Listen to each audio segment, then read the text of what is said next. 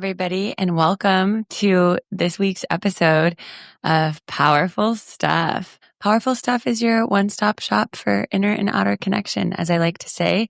And this week, I am back in Los Angeles after 5 months of being away in Peru, Bolivia, Brazil, Puerto Rico, Dominica, Panama, Mexico, Houston, San Francisco, and we are back, baby. I just had my Minotti's coffee. Shout out Minotti's. I fucking love you. Best coffee ever. If you guys are listening, sponsor Powerful Stuff. And I'm so excited to be back here with you guys. We have some big things in store for Powerful Stuff and the direction of Powerful Stuff with the podcast, the experiences, the coaching. It's all happening. And today's episode, we are actually going to just blow wide open our worldview by getting rid of a few little sneaky blocks. We're going to talk about assumptions and how they limit what is possible for us. And they can also kind of be the different side of the same coin of either or thinking, if you will, and how we can turn those assumptions into the gray area of yes and vision from this place. I was talking to a few people this last week, some clients, and also even myself, like thinking about my own assumptions about coming back to LA, certain relationships in LA, what my next launch will be like. It's easy when we have past data points or just like this is how things always were to actually make the assumptions feel like they're part of our current reality. Like I assume that I can't be both of these things at the same time. Or, as I've told you guys, and I'm starting to think about motherhood, like what are my assumptions there around what it will mean for my career or, what I think it'll mean in terms of my dynamic with my husband, right? These are all things to examine and look at and be like, is that an empowered choice or is that an assumption that I'm falling back on that's actually limiting my perception of what's possible? Because I've had a few people talk to me the last few weeks and, when they're visioning for this next chapter, they're like, Meredith, what do I do when I have like two different opposing things that I want? And then my question to them was actually, and it's also so funny when I get asked these questions by other people or clients, because oftentimes it's a reminder of what I need to tell myself. But I was like, my first step would be asking you, why are they opposing? Why do you think that they're opposing? Do you know that for sure? Is that a fact? Or could they coexist? What's keeping you from believing that they could coexist? For example, I either have a really successful business and I'm grinding all the time, or I'm kind of like, having a wide open schedule, but I'm not making any money and I feel completely untethered. Or I'm either, an incredible mom and wife, or I have the best career ever, or I'm either, going back to LA in these certain friend groups and this is how it is in those friend groups, or I have a completely different new life in LA. And these are all just kind of like ones that are examples to get your wheels turning, a little bit of some of the stuff I've been thinking about or things that people have, mentioned to me in the past few weeks. And it's interesting when we have these assumptions because they're so sneaky. We don't even realize that they're happening. Or I assume that if I make more money, it'll also mean more time in the office and like even less balance in my life. So the reason that we have these assumptions, like I said, is because maybe we've had a past data point that we've just kind of continued to take into the present day and assume is fact. It also, as I said in past episodes, assumptions help us predict. And our inner child just loves consistency. They just love it. They just love being able to predict things. It makes them feel safe when there's consistency. And so we create these assumptions because it's safer to live in the black or white for our inner child sometimes, less their little hearts. And we, as their protector, like sometimes just take those assumptions as fact. And like, isn't this easier to kind of assume these things, even though our intellectual or our highest self is like, oh, that doesn't really feel good. Like, I don't actually want that. But when we're focused so much on what we don't want or what we think isn't possible, it's kind of like the universe gives us more of that. Like Rhonda Byrne's book, The Secret, like what we think about becomes reality. Obviously, this is a very generalized, approach to that. So when we're looking at assumptions and I love to address these things. I love to address the blocks because that means we can remove them. That means we can convert them into stepping stones. So when you're looking at like maybe this next thing that you want to create in your life, let's do step one together, which is just like what are all of my assumptions about this thing? What are my assumptions around what I have to sacrifice? What are my assumptions around what other people will think? What are my assumptions around, how that'll be for me or my relationship or my potential relationship? So I just want you to go ahead and write down all of the assumptions, even though part of you might be like, oh, but is this fact? Is this how it's going to go? I want you to really be like, if I don't know 1,000% for sure, it's an assumption. And we'll just take a moment and we'll write down all of those assumptions with no judgment, just curiosity. And you can pause the recording and we're back. Okay. Now that we have the assumptions, now we're really just on an archaeological dig here today. Now I want you to ask yourself, where did these assumptions come from? Why do I believe this? What part of my past, my adolescence, my early 20s, did I come to think this was fact? What past data points did I somehow then just make into this blanket statement of either this or that? And so maybe by each assumption, you can kind of write, where did I get this from? Where did I get this belief from? Why did I assume this in the past? Why is it maybe, my inner child would think that it's kept me safe or it's just easier to predict? And so just with curiosity, writing down where you might have created these assumptions. So when you do that too, if you're having trouble thinking of where it came from, close your eyes and take a few breaths and hold that assumption in your mind's eye. And then kind of imagine that you're stepping into an elevator and asking the elevator to show you when it opens the doors to a new scene, asking it to show you a scene where that assumption might have come from and trusting whatever scene comes up for you when you open those doors, trusting that that's the scene where your inner child might have learned that. And maybe you can even see the scene play out. Maybe you can even have a conversation with your inner child around it and see what they need to feel safe to loosen their grip of control around this assumption. So now that you've addressed so maybe pause the recording again to write down those, but where you got those beliefs, maybe do that exercise with the elevator and have that conversation with your inner child. And then when you reopen your eyes, let's kind of face how this assumption might be actually keeping us from what we want. What is it that we actually want? And what is the cost of believing this assumption? What is the cost 10, 20, 30 years down the line if we think that it has to be either this or that? What is that stealing from us in terms of our own joy or our own fulfillment? What is that stealing from maybe our friends, our partner, our families? What is that stealing from the world in general for us to kind of be put in this black or white box where we can't, experience a different alternative? So just noticing what the cost is and really sitting with that, imagining yourself when you're 80 years old and what the cost would be if you kept believing this assumption, if you never challenged it, if you just took it as fact. So after I give all these steps, you can always pause the recording and answer them. But yeah, just as an example for the cost for some of the things that I talked about before, the assumption, let's say, is the motherhood thing of either I have an incredible career or I'm a, great mom who spends a lot of present time with my kids. Maybe that assumption, the cost in the long run. And by the way, motherhood and all of this is just an example of a thought someone might have, but it's such an individual and personal journey for all of us. But I'm just giving an example, using this as an example. So maybe the cost would be if in my heart's desire, I wanted to have both, but I assume that I can't, right? Then it robs you of, your purpose and fulfillment in different areas, which actually also could potentially rob your children of getting to see you fulfilled and expressed in all areas, which is probably a hope or wish that you have for them as well. And so it kind of creates this opportunity cost in both areas, actually, both in your professional life and in your family life, because maybe you're then not feeling as fulfilled or you're feeling more resentful in your family life. Or if you leaned into the fully working one and not having kids or feeling like you couldn't spend time with them, then it obviously robs you of the quality time that you would want with your kids. So these are that's just kind of an example of the either or. And I've definitely kind of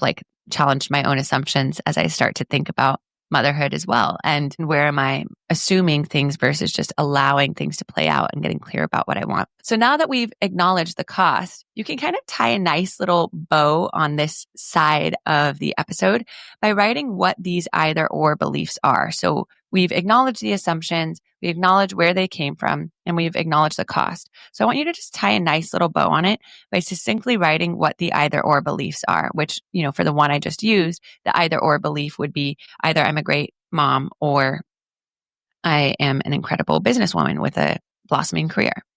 That's the either or belief. And we can see, because of all this background work that we just did, how limiting it is and how it could really like thwart or distort our perceptions of what's possible in some of our decision-making framework if we really, adhere to that belief. So go ahead and write all of those either ors and just notice, like, now that we've acknowledged kind of the deeper background of it, what the cost is if we believe that. Now that we've challenged these assumptions, or we're, I guess, excavating them, getting ready to challenge them. And so on the other side of this, guys, we get to do the yes and the yes and is so powerful. I've talked about it all the time. I have a whole episode on yes and, but it really allows us to move from the black or white thinking into the gray area of like, what if I can have both? And it's kind of like this idea, like I just said, the other side of the coin of, what we focus on, we get more of. If we focus on all the limitations, we get more limitations. But if we focus on the possibilities, you guessed it, we get more possibilities. And isn't that a beautiful thing? And this is something I need to remind myself all the time. I'm like doing it internally in my own head for my own things as I return to LA, my own perceptions of what I thought coming back would be like and entering this next chapter. So all of that's to say, now that we've written out the either ors, I want you to go through each either or and write the yes and. Yes, I can be a mother, an incredible mother, and an incredible businesswoman. Yes, I can still like appreciate and love those people and have like a morphing, or like a new friendship with them in a different way. Whatever your yes ands are, yes, I can do what I love and make a lot of money, and I can still have balance and go on vacation and be able to shut off at night and just like enjoy and relax. Yes, I can be like an incredible businesswoman, and I can also share my creative work. Whatever those yes ands are, even if it feels like weird or unfamiliar to say, even if you notice your internal voice being like, but can you? Go ahead and write those yes ands anyways. And we're going to just do a little meditation on the other side of writing those yes ands, because when we actually get clear on like removing the assumptions, a whole new world opens up. And as we can start to tap into the feeling of what would it feel like to, okay, we'll actually finish off the steps and then we'll do the meditation. So once you've written the yes ands, I want you to write out like what it would feel like to be living in those yes ands. I would feel expansive. I would feel empowered. I would feel energized, like starting to get a clear idea of who is that you who's not living in those assumptions, who is living in the yes and. How would that even be crazy possible? Like, how expansive would that feel? And it might feel like funny or uncomfortable, right? Because maybe you're upgrading your belief system to accommodate that. And so maybe it feels a little scary, like you're skiing down a hill at 100 miles an hour. That's okay. It should feel a little funny or scary or like a little bit new and strange, because you are expanding your belief system. So that means you're doing it right. So once you've tapped into the feeling after the yes and, then it's like, you guys know, if you listen to powerful stuff, my loyal listeners, you know what I'm going to say next? Like, what is the action?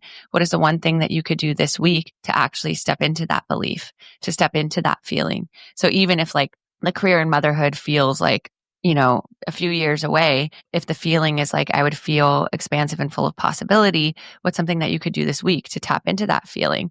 And also it could be to tap into it. And I highly recommend this, is talking to expanders, people who are example of that particular yes and. Like maybe you have a friend who's an incredible mother whose career you also admire. Maybe you have a friend who like has an incredible business and also like, is very relaxed and treats themselves to vacations and has a very balanced life. Maybe you talk to them. How did they do it?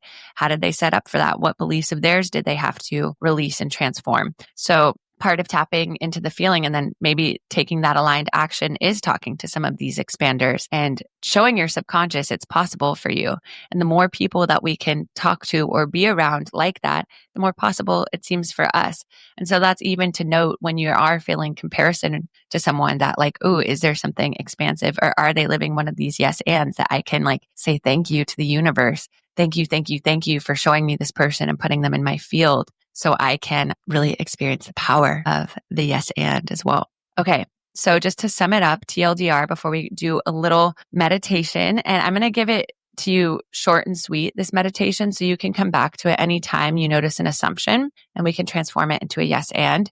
But yeah, just step 1 is noticing the assumptions. Where are you making these assumptions? Step 2, where did they come from? Acknowledging where you might have learned them. Step 3 is what is the cost if you don't change them, and really sitting with that ickiness if you don't change them and you let the assumptions rule your world. Step 4 is writing them into that nice, tidy either or statement. So then step 5, you can turn it around of what does the yes and look like from the either or. And then step 6, how can you tap into that feeling? What would it feel like to be living from that place of yes and? It would be wild and crazy. And oh my gosh. And then step 7, what is that aligned action that you could take? You guys know that I love to hit you with the steps. It's powerful. It's powerful stuff. Okay, so close your eyes, take a deep breath in, open mouth, exhale, sigh it out. Another breath in, exhale, let it go. Third and deepest breath in, exhale, release. And just bringing something to your mind's eye where you have an assumption. And you can maybe tell it's an assumption if you think either I have to choose this or that, or there are two opposing beliefs and I feel torn.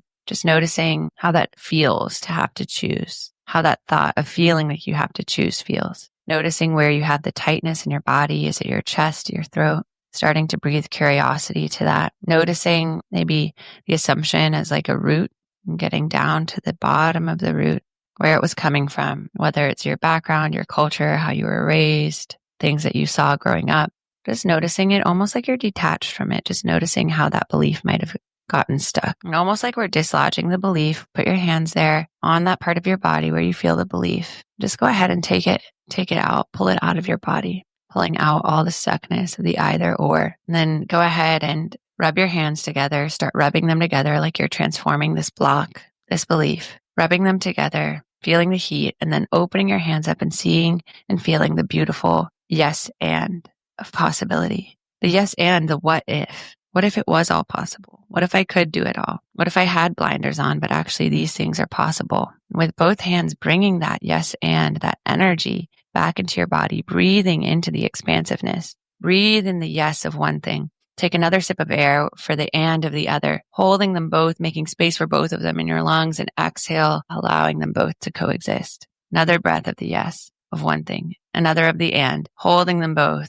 And then exhale, feeling the space of both of them in your body. Third time, breathing in the yes, breathing in the and, holding them both. And exhale, feeling them both. They coexist in your body. Now, as you take nice, slow breaths with both the yes and the and, asking your body, your intuition to just show you in your mind's eye a glimpse of your life living in this yes and. Noticing your energy, how you move through your day, how you speak to other people from this place of possibility, how you speak to yourself, your relationship to your work or money in this yes and in this expansiveness, your relationship to your loved ones, whether it's your partner, your family, your kids, your friends, and how you living in this yes and actually creates this golden light emanating from you, serving as a beacon, giving other people permission to live in their yes and, breathing into that expansiveness, and then asking you in this yes and land for the perfect next step to step into this belief, thanking them, feeling that truth, and then taking a deep breath in, exhale, let it go, another deep breath in, exhale, coming back into this space, opening your eyes. Wow, we did so much in 30 minutes. It's crazy what 30 minutes can do to challenge assumptions, alchemize them, and transform them into possibility and what if. So my wish for you this week is to notice where you're having assumptions or limitations and to challenge them with compassion and curiosity. And then to ask yourself, what would the yes and be like? What permission do I need to give myself to be there? And also, as I like to say in other episodes, how can I make my inner child feel safe to know that they are safe to expand, that I'm going to not go anywhere. I'll always be with them, even if taking the next step feels scary. And having that reminder and that trust in ourselves is so freaking important as we step into what comes next. And I want to hear how this goes for you all. Let me know. And also, as I mentioned in past episodes, I'm launching my 10th upgrade cohort for women. We start late April. I'm so freaking excited. We already have a few amazing women in it. It's 12 weeks to transform your beliefs, your life, and to step into that next empowered version of you. So you're really leading from a place of your intuition, of your power, of feeling so centered and confident in yourself from the inside out. So if you're interested, email me at themeredithbaker.com so we can set up a discovery call and see if it's the right fit and get you into the upgrade and upgrading. And I will see you all next week for more powerful stuff.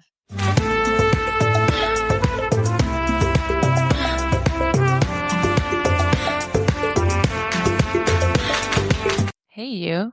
Thank you for coming on this powerful journey with me. I hope it was as powerful for you as it was for me.